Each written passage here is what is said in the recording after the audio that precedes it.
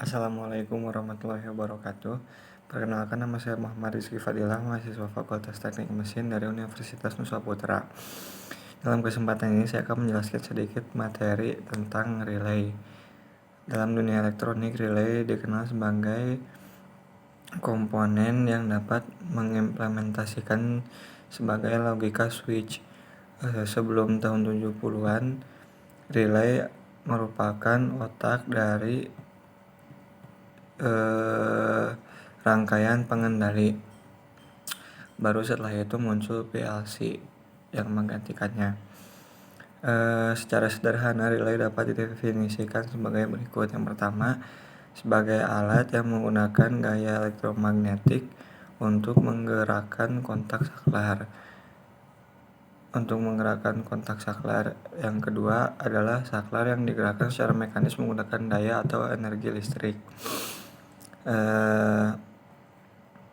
Setelah itu, relay juga merupakan saklar yang digerakkan secara listrik dan juga merupakan bagian dari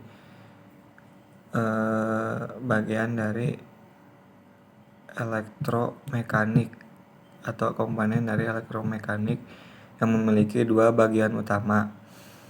Yang pertama yaitu elektromagnetik atau coil, yang kedua ada mekanikal atau seperangkat kontak saklar.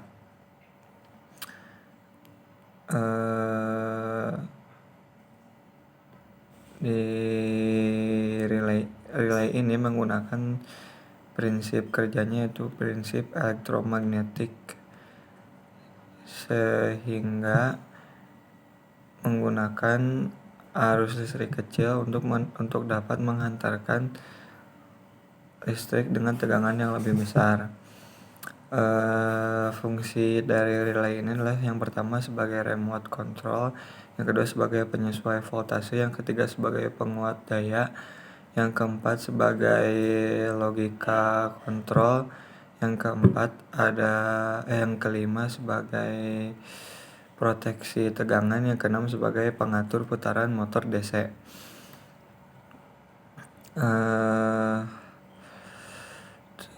Di sini juga dikenal dengan yang namanya kontak point.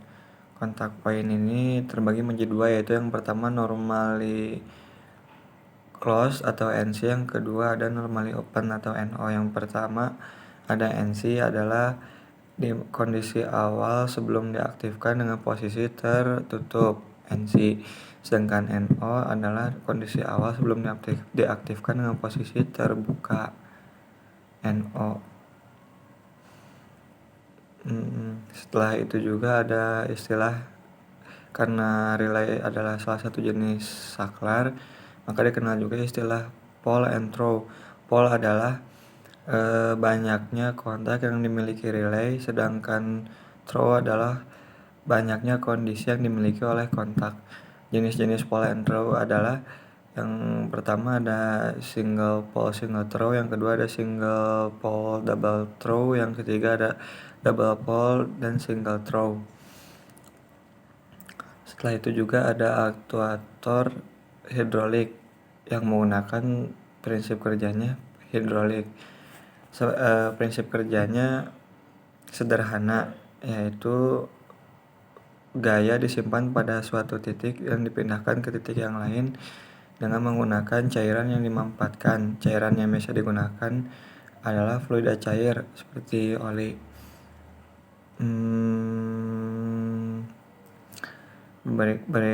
Ada juga beberapa komponen dasar untuk sistem hidrolik, yaitu pompa, pipa, katup,